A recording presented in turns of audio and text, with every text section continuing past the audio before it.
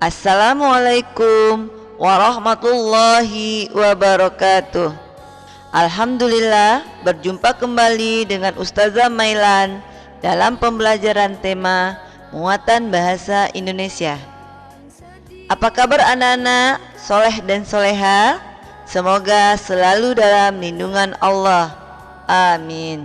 Baiklah, sebelum belajar, marilah kita buka pembelajaran hari ini dengan sama-sama membaca lafaz basmalah. Bismillahirrahmanirrahim.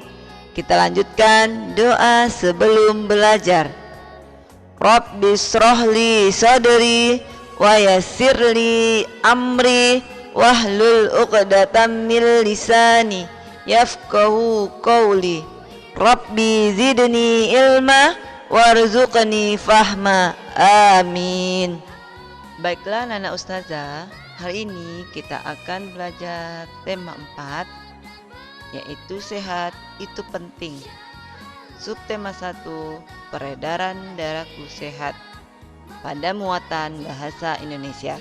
Sebelum kita mempelajari materi ini, ustazah akan menyampaikan kompetensi dasar 3.6, menggali isi dan amanat pantun yang disajikan secara lisan dan tulis dengan tujuan untuk kesenangan.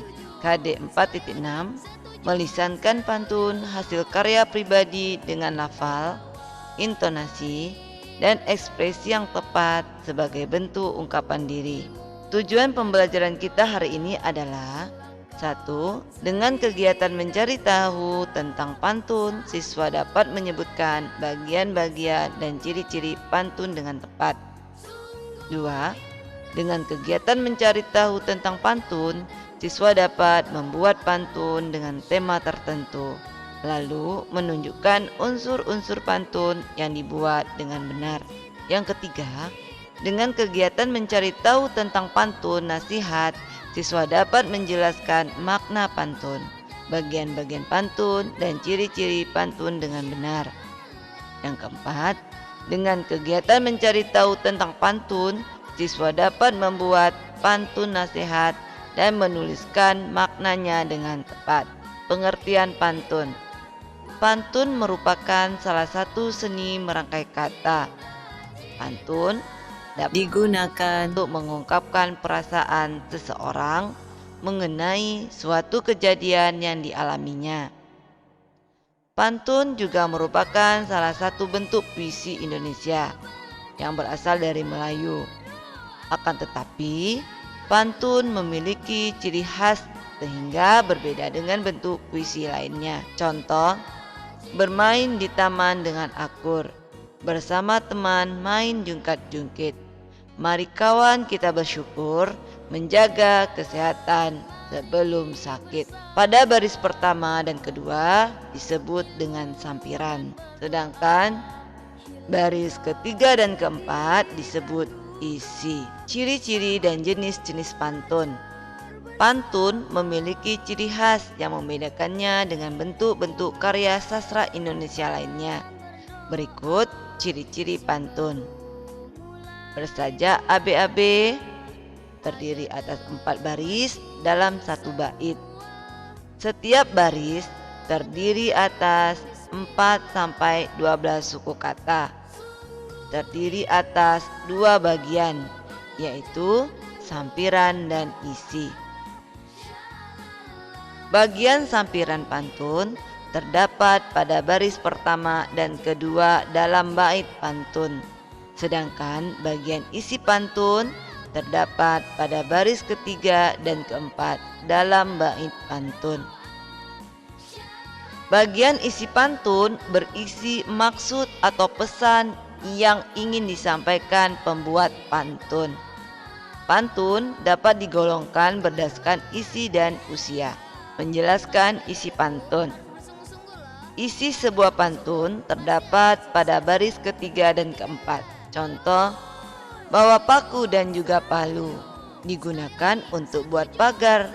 Olahraga rutin sangat perlu, tubuh jadi kuat dan bugar. Makna pantun di atas adalah anjuran pentingnya berolahraga rutin agar tubuh menjadi kuat dan bugar. Jenis pantun berdasarkan usia.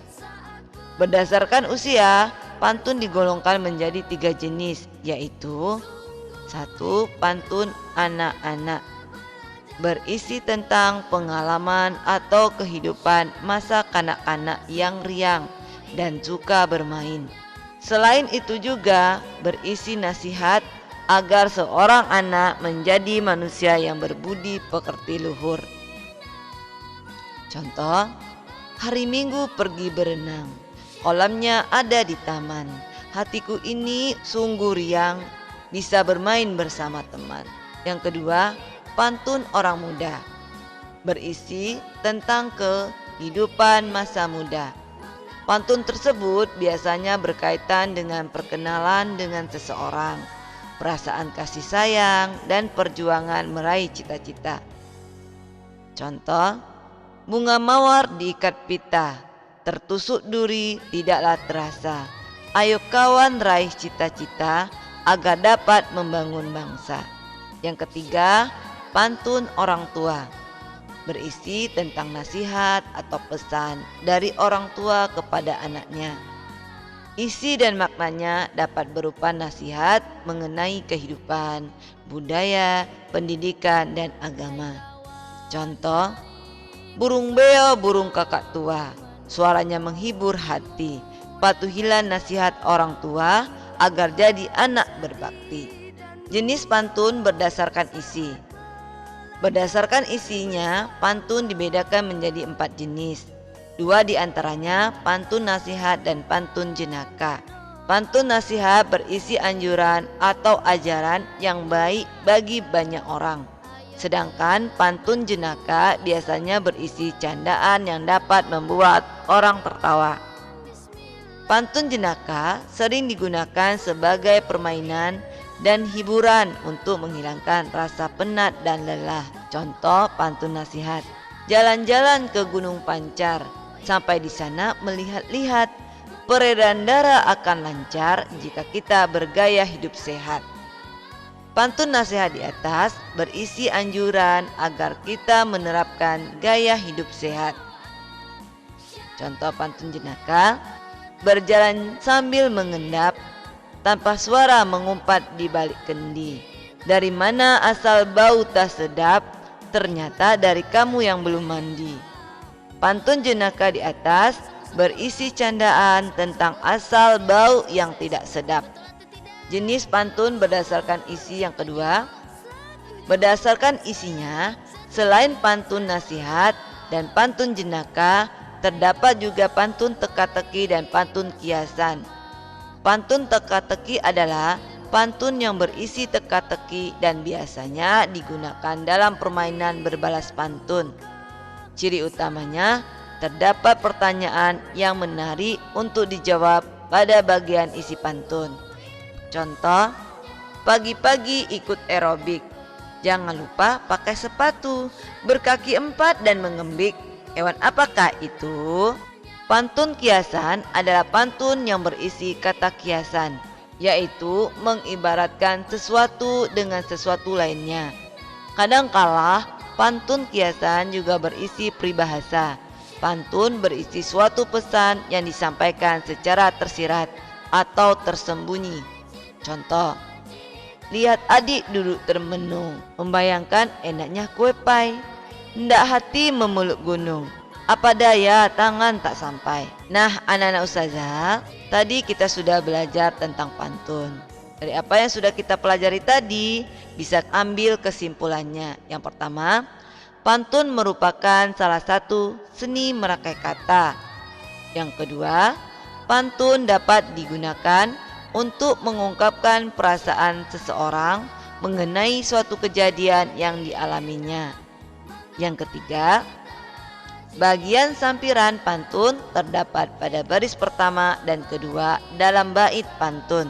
Sedangkan bagian isi pantun terdapat pada baris ketiga dan keempat dalam bait pantun. Yang keempat, bagian isi pantun berisi maksud atau pesan yang ingin disampaikan pembuat pantun.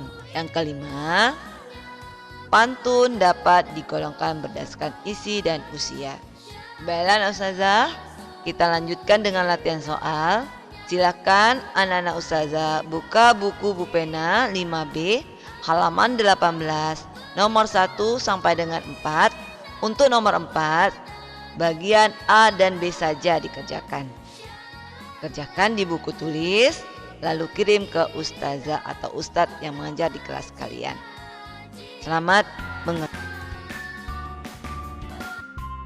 Baiklah anak-anak Ustazah, tadi kita sudah belajar bersama. Sebelum kita tutup pembelajaran hari ini, marilah kita berdoa sesudah belajar. Doa penutup majelis.